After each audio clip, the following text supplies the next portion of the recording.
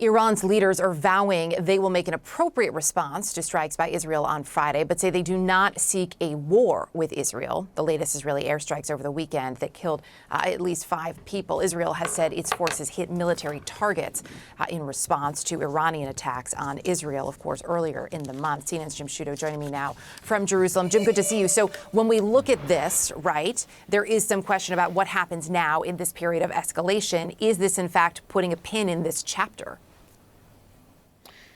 The short answer is we don't know, right? Israel's strikes overnight on Friday did not go to the extreme end, right, in terms of attacking oil facilities or nuclear facilities, which the U.S. had been pressuring Israel not to do because the U.S., as are others, was concerned about expanding the war. So Israel stuck to military targets, though still quite a significant strike. And while Iran is vowing retaliation, they've also publicly downplayed the effectiveness of these strikes to their own public, right, in terms of state media coverage, et cetera. So it may be that in the near term, we've gotten through the worst period. But big picture, we should keep in mind that now it is open season, in effect, between Israel and Iran, that these two countries that had been attacking each other via proxies, or for instance, when Israel carried out strikes in Iran, certainly didn't publicly advertise them.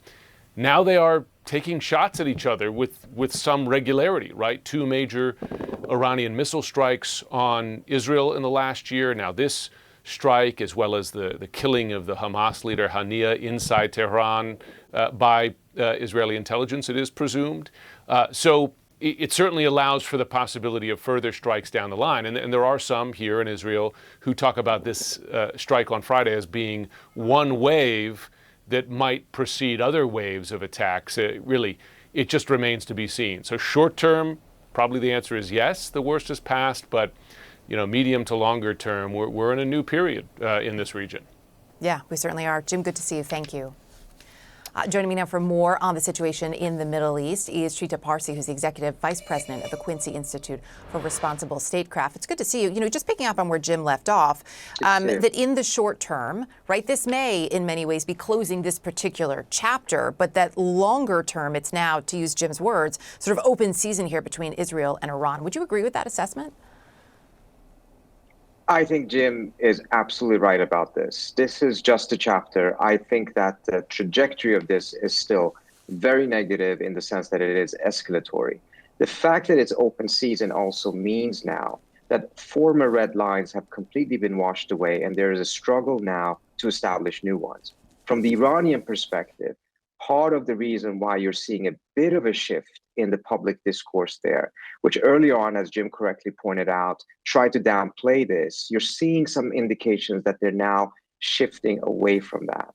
Part of the reason for that is because if in this new open season, so to say, it is becoming normalized for Israel to strike Tehran without any significant consequences, then that's a very negative development for the Iranians. That would put Iran in the same situation as Beirut and Damascus, which the Israelis regularly strike without causing any headlines anywhere, at least not in the West. That's not something I think the Iranians will accept. And as a result, you're starting to see an impetus for some form of a response. The challenge they have, of course, is how can they respond without risking a war that they don't want, but that they think the Israelis want? So to that point, what would you envision as a potential response? I think, first of all, they are likely going to wait till after the U.S. election. That's going to be a critical factor for their calculations as well as Israel's calculation. The Pezeshkian government that came into power just months ago really came in and hoped that they would be able to reopen negotiations with the United States. And they had some hopes of potentially making a deal with Biden in the interim period between November and January, particularly if Kamala Harris wins the elections. So it's a calculation that will also come into play there is, if they respond, what will that do to the prospect of potentially managing to restore some level of diplomacy between the United States and Iran, which is a Pezeshkian priority? Mm-hmm. When we look at how all of this is playing out as well, Israel, of course, still fighting in Gaza and in Lebanon. We heard from Israeli officials today that they actually expect those efforts in and around the Jabalia refugee camp to continue for perhaps a number of weeks to come.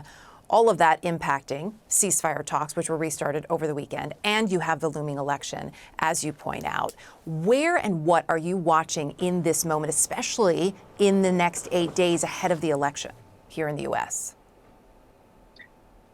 I suspect that there's not much that's going to happen in the next 8 days in terms of a ceasefire talk, similar to what we've seen in the last year, until you actually have a shift in the U.S. position in which it is willing to put pressure on the Israelis, not just on everyone else, to go along with a ceasefire and a hostage exchange and stop the escalation. We're not likely going to see a change. I don't expect that before the election.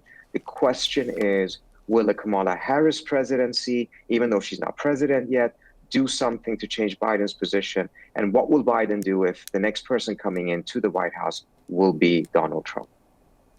Trita Parsi, really appreciate your insight, your expertise. Thank you. A shocking, sobering warning today from the UN. The entire population of northern Gaza is at risk of dying. That assessment coming from the UN's Office for the Coordination of Humanitarian Affairs. Israel, meantime, says its nearly 1 month-long assault in and around the Jabalia refugee camp, aimed at, it says, rooting out Hamas, will continue for at least a few more weeks. Meantime, there is growing concern that Palestinians could soon lose a main lifeline for food, medicine, and other aid. The Israeli Knesset this hour taking up legislation that would severely limit operations by the UN agency known as UNRWA in Gaza and the West Bank. Jeremy Diamond joining us now from Jerusalem with more. Jeremy, first on that ominous warning from this UN agency about northern Gaza, the fact that the entire population is at risk of dying is perhaps the most stark we've heard yet.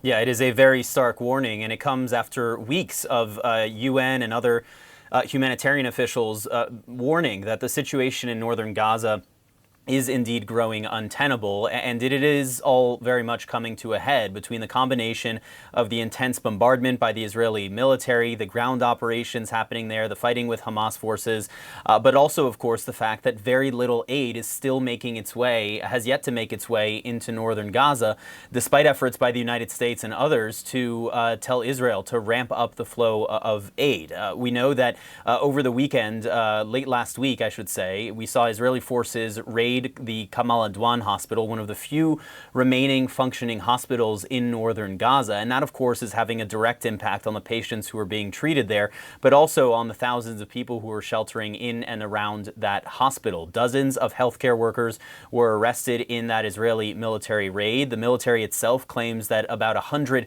Hamas fighters were arrested there. They said that these were confirmed terrorists, although it's not clear if that includes the dozens of healthcare workers who were also arrested. One Israeli military official telling me that there were at least a few Hamas fighters who they said were disguised as medical workers, although we don't have any evidence to prove out that claim. What is clear, though, is that the hospital was damaged in this military operation. Not only the outer wall that was breached as Israeli forces came in with heavy military vehicles, but also the oxygen center at the hospital that was severely damaged, intentionally, according to this Israeli military official, because there were concerns that those oxygen tanks could be dual use or perhaps even booby-trapped. We know, of course, that hospital is now facing a severe shortage of basic medical equipment to be able to treat the hundreds of people who have been wounded in this Israeli military assault in recent weeks. And indeed, this military operation is now expected to continue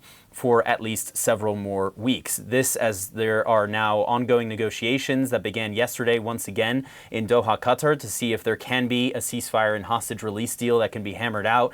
Egyptian officials now putting forward this proposal of a 2-day truce to see if they can try and advance at least some kind of framework for hostage and ceasefire negotiations. For now, though, it's not clear that any of these talks are gaining any real traction at this stage, but at least negotiations have begun. The question is whether or not we could actually see real progress before the U.S. presidential election next week. That right now seems unlikely.